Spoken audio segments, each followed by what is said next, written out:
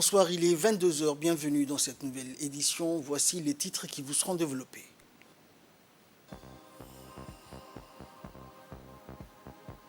Le président de la République a quitté le pays aujourd'hui à destination de Londres, la capitale du Royaume-Uni. Et au Moyen-Orient, la résistance palestinienne à Gaza conclut un cessez-le-feu conditionnel avec Israël. Bonsoir à tous. Le président de la République, Ismaël Omar Guelleh, a quitté ce mercredi le pays à destination de la ville de Londres, capitale du Royaume-Uni, où, à l'invitation du gouvernement de ce pays ami, il prendra part à la cérémonie de couronnement officielle du roi Charles III. Le président Guelleh est convié à cet événement au même titre que d'autres dirigeants de premier plan et d'illustres personnalités issues du monde entier. La vitalité des relations djibouto-britanniques est à l'image du rythme soutenu de contacts relayés ces derniers jours entre les deux pays par un échange téléphonique au sommet et l'ouverture définitive d'une chancellerie britannique à Djibouti.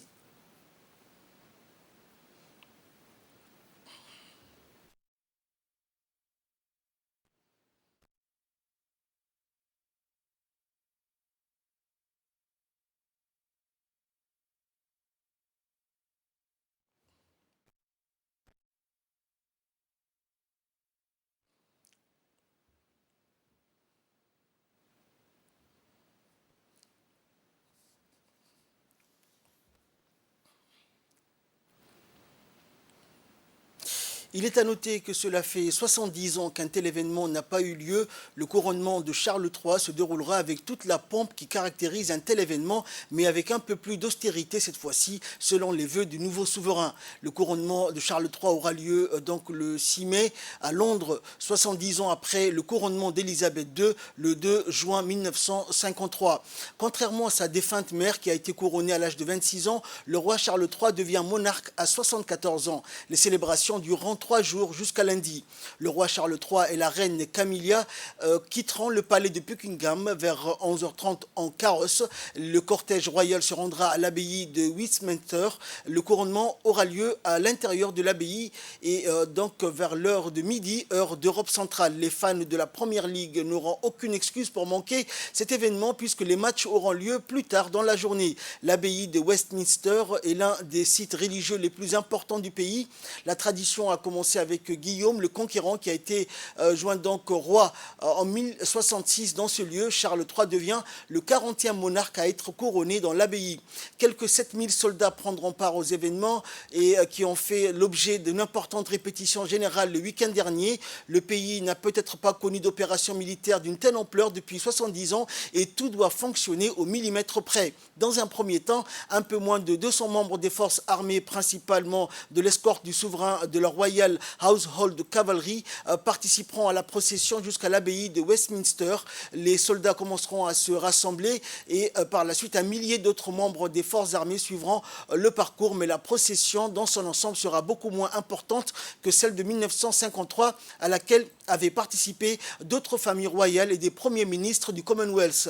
Le cortège descendra le Mall jusqu'à Trafalgar Square, puis longera Whitehall et Parliament Street avant d'emprunter Parliament Square et Broadway Sanctuary pour rejoindre la Great West Gate et l'abbaye de Westminster.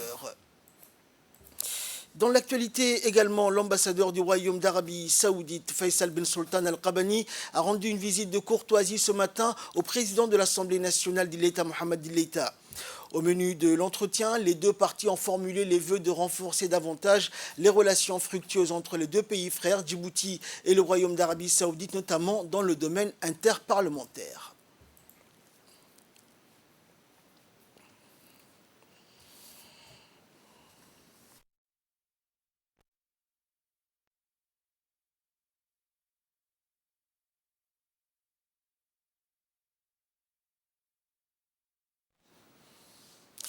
L'Union de la presse francophone de Djibouti, en collaboration avec l'UNESCO, a célébré aujourd'hui au Sheraton Hotel la Journée mondiale de la liberté de la presse. Cet événement a vu la participation du ministre de la Communication, chargé des postes et des télécommunications, Radouane Abdillahi Bahdon, du président de l'UPF Djibouti, Kennedy Ibrahim, de la responsable du bureau de l'UNESCO à Djibouti, de la vice-présidente de la Commission nationale de la communication, du secrétaire général de la Commission de l'UNESCO et de la présidente de l'IRICA, ainsi que de nombreux professionnels des médias djiboutiens.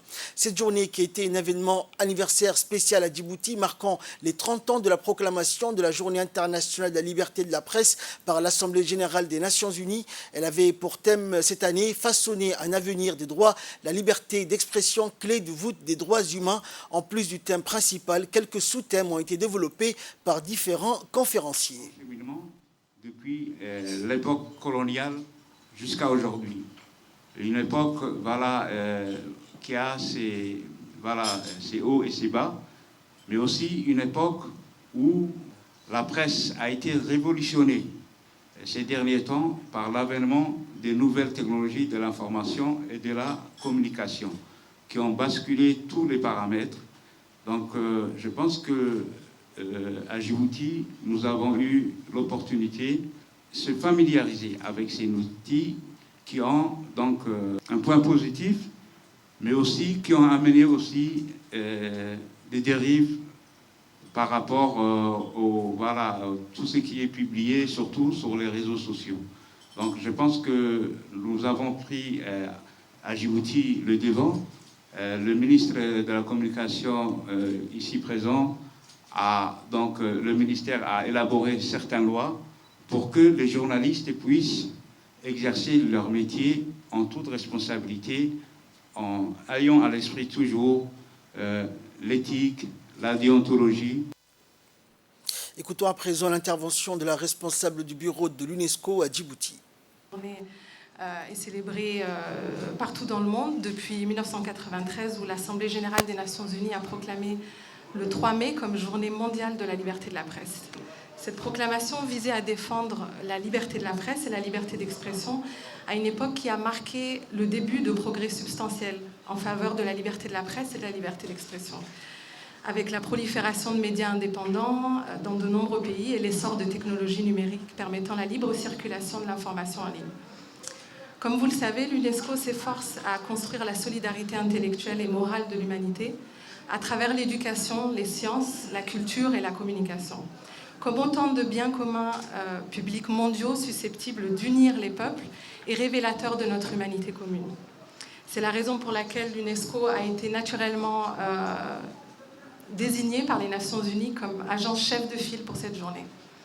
En effet, son mandat défend entre autres la protection et la promotion de la liberté d'expression, car l'acte constitutif de l'organisation invite clairement les États membres à travailler ensemble pour promouvoir la connaissance et la compréhension mutuelle des peuples à travers, je cite, la libre circulation des idées par le mot et par l'image. Permettez-moi maintenant de lire le message officiel de notre directrice générale, Madame Audrey Azoulay, adressé aux États membres en ce 30e anniversaire.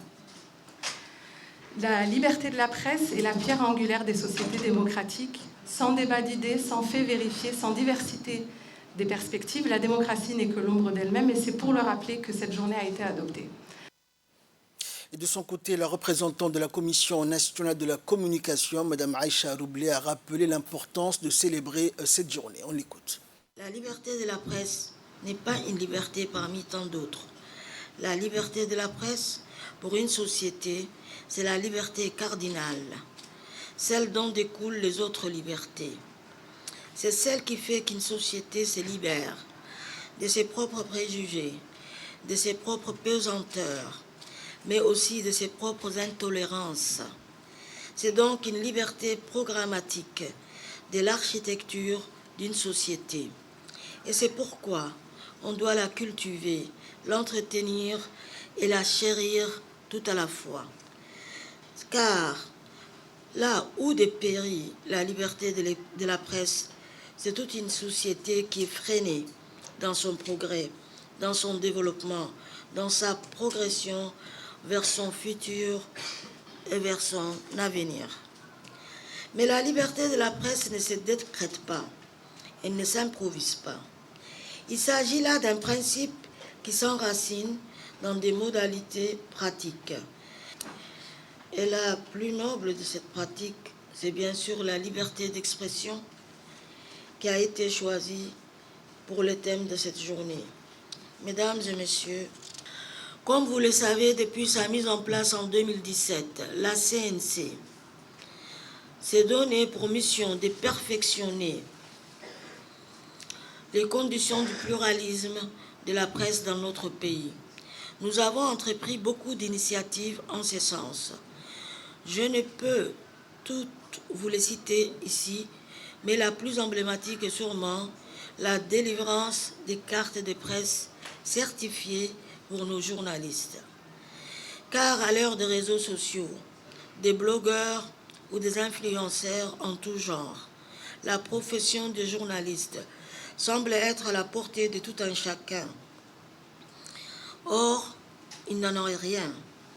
N'est pas journaliste qui veut. C'est une profession réglementée, non seulement par des compétences, mais aussi une éthique et une déontologie.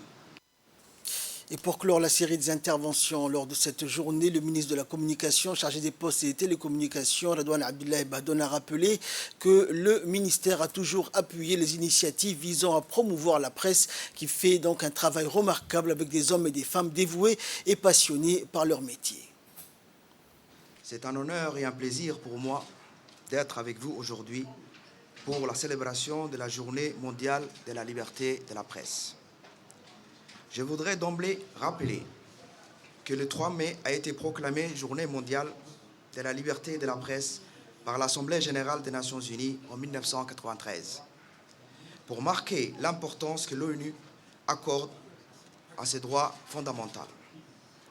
Cette année est le 30e anniversaire de cette déclaration. Le thème de cette année est « Façonner un avenir de droits, la liberté d'expression, clé de voûte des droits humains ». Nous devrions tous et toutes être attachés à cette liberté de la presse et la chérir. Sans presse, les citoyens resteraient dans l'obscurité et la puissance publique sans garde-fou. Mais les temps ont changé et les manières d'informer aussi. L'arrivée des réseaux sociaux bouscule votre profession en la mettant notamment à la portée de quiconque. Sur ces défis liés au numérique et sur d'autres encore, il faut engager la réflexion. C'est ce que vous allez faire aujourd'hui dans le cadre de cette table ronde. Le ministère de la Communication, chargé des Postes et Télécommunications, a toujours appuyé les initiatives visant à promouvoir la presse qui fait au quotidien un travail remarquable visant des hommes et des femmes dévoués et passionnés par leur métier. Mon département a depuis quelque temps entamé une vaste réforme visant à structurer le secteur des médias qui doivent se mettre au diapason des nouvelles technologies de l'information et de la communication qui font circuler les informations à une vitesse vertigineuse. Aussi, nous avons érigé au rang des priorités le renforcement des capacités des professionnels des médias, comme en témoigne l'organisation d'une série de formations au bénéfice de ces derniers durant les mois passés. Des formations qui vont s'accentuer et se pérenniser en vue de former les femmes et les hommes qui s'acquittent de leur métier avec rigueur en respectant l'éthique et la déontologie.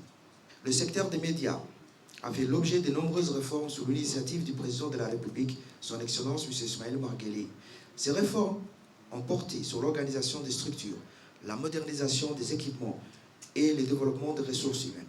Mais aussi, mon département continue d'affirmer son soutien au processus national de transformation des médias qui doit être aligné sur les défis de l'environnement numérique en perpétuelle mutation.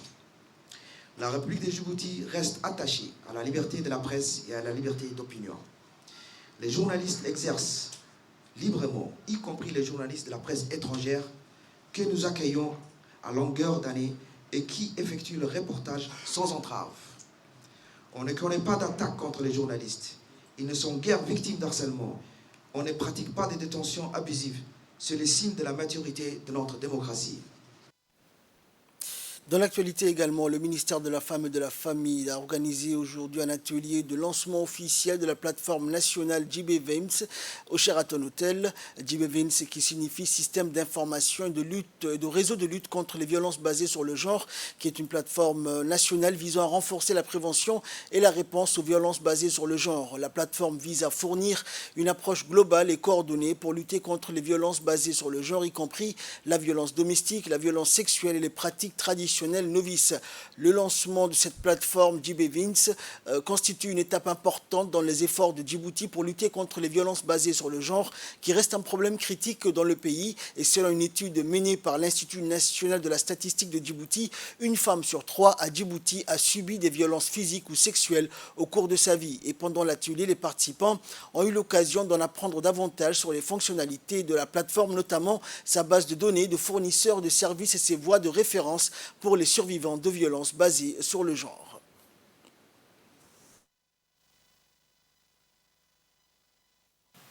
Cette nouvelle plateforme digitale constitue une solution supplémentaire pour venir en aide aux victimes de violences et constitue un réel changement dans l'écoute et la prise en charge des victimes.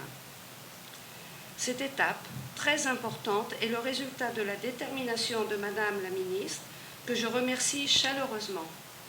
Remerciements que j'adresse également à ses services, aux autres ministères impliqués et à nos partenaires de mise en œuvre, le PNUD, le FNUAP, l'UNICEF, l'UNFD.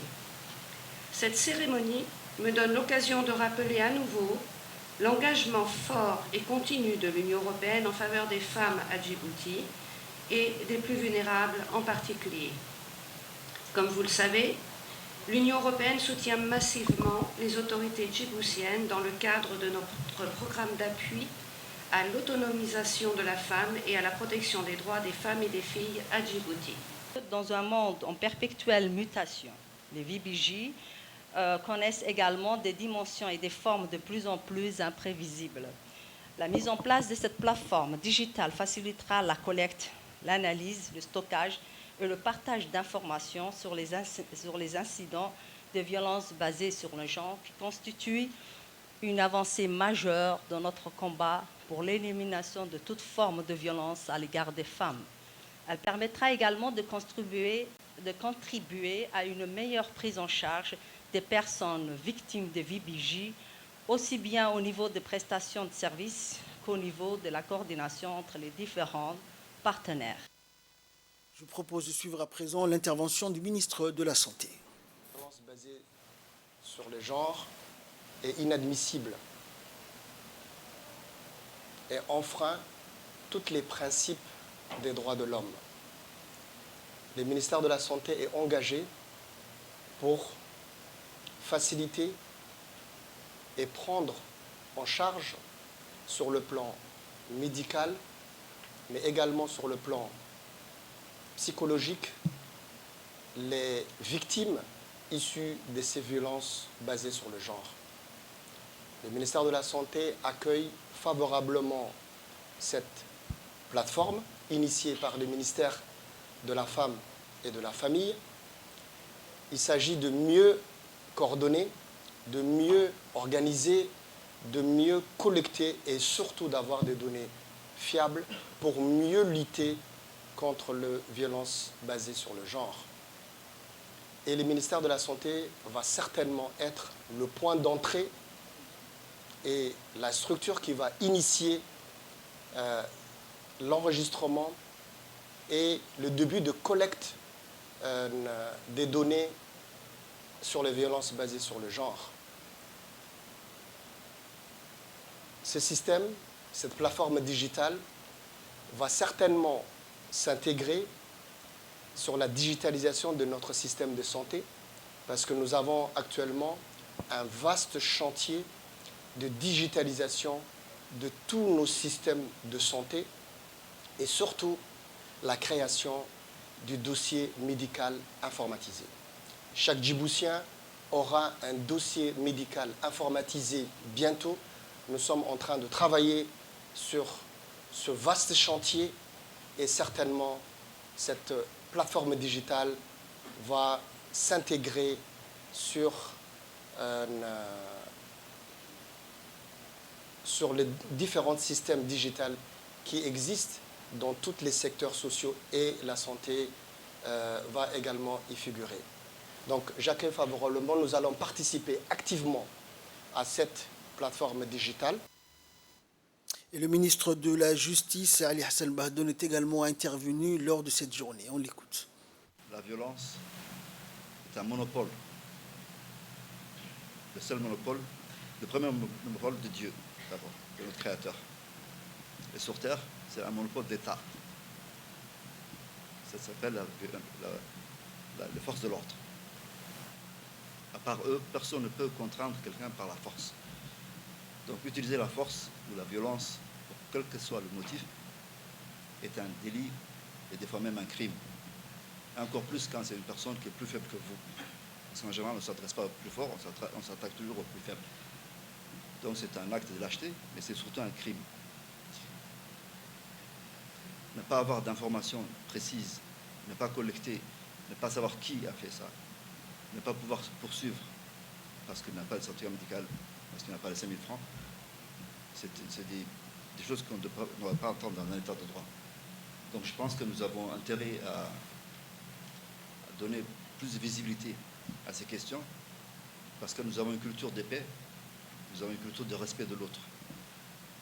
Ce n'est pas aujourd'hui qu'on va changer notre culture, bien que nous nous urbanisons, nous devenons une ville moderne, grande, donc avec toutes les conséquences positives et négatives. Il me paraît très important d'avoir un système de suivi et de contrôle de ces violences. Il va de ça également qu'il faut s'adresser à la jeunesse pour les éduquer dès la plus jeune enfance, pour ne pas avoir cette culture de violence qui se développe dans les zones urbaines, dans le monde entier d'ailleurs. Et je tenais à féliciter le ministère de la Femme pour ce travail, cette plateforme, cette visibilité qu'on va donner aux victimes, leur dire que ce n'est pas leur faute, leur dire qu'elles n'ont pas commis des crimes, elles, les victimes. C'est l'auteur qui est criminel.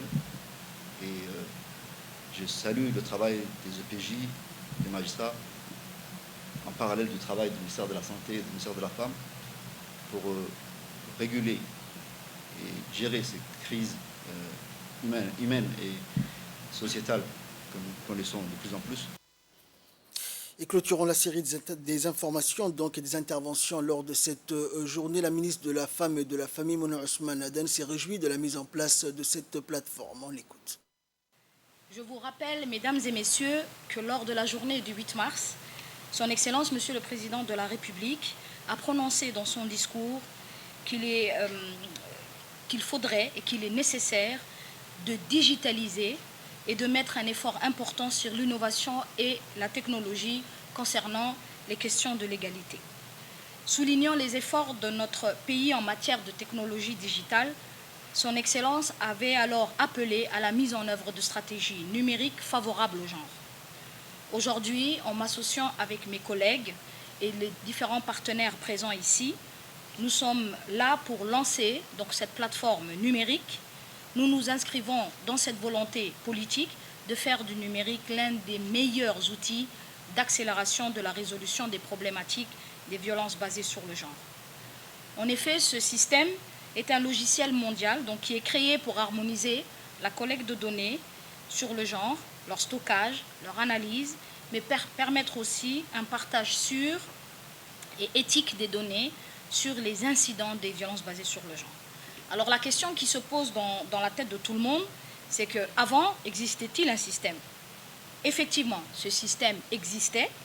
Et d'ailleurs, il faut saluer depuis la création de la cellule d'écoute en 2007 au sein de l'Union nationale des femmes djiboutiennes et la mise en place du protocole d'accord de prise en charge qui englobait donc une multisectorialité de la question, ce système existe. Il faut également saluer tous les efforts qui sont faits autour de cette gestion des données avec les différentes institutions, les OPJ de la police nationale et de la gendarmerie, le ministère de la Santé à travers les structures, que ce soit Dar Hanan ou les hôpitaux généraux, mais également le ministère de la Justice pour le traitement des cas. Maintenant, ce système existant, il est toujours dans nos esprits d'aller vers une amélioration, une efficience de nos données, mettre en place des outils pour lever les différents goulots d'étranglement qui puissent exister, pour que les victimes de cette violence basée sur le genre puissent être traitées de façon efficiente et efficace durant tout le processus. Dans le Nouvelle Nationale, toujours, l'équipe de tennis de table de la garde-côte djiboutienne participe du 1er au 3 mai à Nairobi au Kenya au championnat des clubs africains de cette discipline et représente la République de Djibouti. Cette participation marque une étape importante dans l'implication de la garde-côte dans le succès du sport national au niveau régional et international. L'équipe djiboutienne composée de joueurs talentueux et déterminés à faire bonne figure lors de cette compétition. La garde-côte, en s'engageant dans cette compétition, souhaite non seulement promouvoir le tennis de table, mais également encourager les jeunes à pratiquer le sport et à adopter un mode de vie sain. Le colonel Waïs Omar Bororé, commandant de la garde-côte djiboutienne, grand passionné de sport et très impliqué dans l'essor des activités sportives au sein de la garde-côte. Il a apporté un soutien important à l'équipe de pongistes en leur offrant des équipements de qualité, en leur prodiguant des conseils avisés pour les préparer à cette compétition. La participation de la garde-côte au championnat des clubs africains est un événement important pour le sport djiboutien et la garde-côte est fier de représenter le pays à cette occasion. Dans le cadre des actions de lutte contre la contrebande, la brigade de la douane d'Ali Sabieh, en collaboration avec le détachement de la police d'Ali Sabieh, a intercepté à proximité du secteur de la frontière de Galilée une importante quantité de marchandises de canne de contrebande. Durant cette opération ont été interceptés quelques 3500 kg de canne de contrebande et que les contrebandiers voulaient acheminer vers la capitale. Et selon la procédure standard en vigueur, cette quantité a été transmise à la brigade de la douane et détruite sur place en présence du responsable de la brigade de la douane d'Ali Sabieh, Mohamed Moumine. En nouvelle régionale à présent, les affrontements acharnés se poursuivent au Soudan en pleine catastrophe humanitaire, mais le voisin soudanais du Sud assure hier avoir décroché un accord de principe pour une trêve d'une semaine grâce au Soudan du Sud, médiateur traditionnel au Soudan. Une trêve du 4 au 11 mai a assuré dans un communiqué le ministère des Affaires étrangères du Soudan du Sud, et le président sud-soudanais Salva Kiir a plaidé pour qu'il profite de cette trêve d'une semaine pour nommer des représentants et proposer une date pour le début des négociations pour obtenir un cessez-le-feu permanent. Aucun belligérant n'a commenté dans l'immédiat cette annonce et en attendant, plusieurs témoins ont fait état de bombardements aériens dans différents quartiers de Khartoum. La capitale de plus de 5 millions d'habitants est en proie au chaos depuis qu'ont éclaté mi-avril les combats qui ont fait plus de 500 morts, principalement à Khartoum et au Darfour, et des milliers de blessés selon le ministère soudanais de la Santé, un bilan qui pourrait être largement sous-estimé selon l'ONU. La Russie et le Pakistan ont indiqué hier avoir évacué des centaines de leurs ressortissants après des annonces similaires ces derniers jours de nombreux pays. Et enfin, en nouvelle internationale, la résistance palestinienne à Gaza conclut un cessez-le-feu conditionnel avec Israël. La résistance palestinienne à Gaza a conclu ce cessez-le-feu conditionnel après que les forces d'occupation ont promis de mettre fin aux agressions et de ne mener d'attaque contre aucune cible. L'accord est intervenu après la médiation égyptienne, qatari et onusienne suite au meurtre délibéré par Israël par négligence médicale du dirigeant palestinien captif Cheikh Khader Adnan. Des groupes de résistance palestiniens ont tiré hier une salve de roquettes sur des colonies et des sites militaires israéliens en réponse au meurtre du Cheikh Khader Adnan, figure éminente du mouvement palestinien djihad islamique. Adnan est mort en détention dans les geôles israéliennes après avoir été délibérément négligé et détenu dans des prisons d'occupation en cours de grève de la faim de 87 jours pour obtenir sa liberté. C'est ainsi que prend fin cette édition. Merci à vous de nous avoir suivis.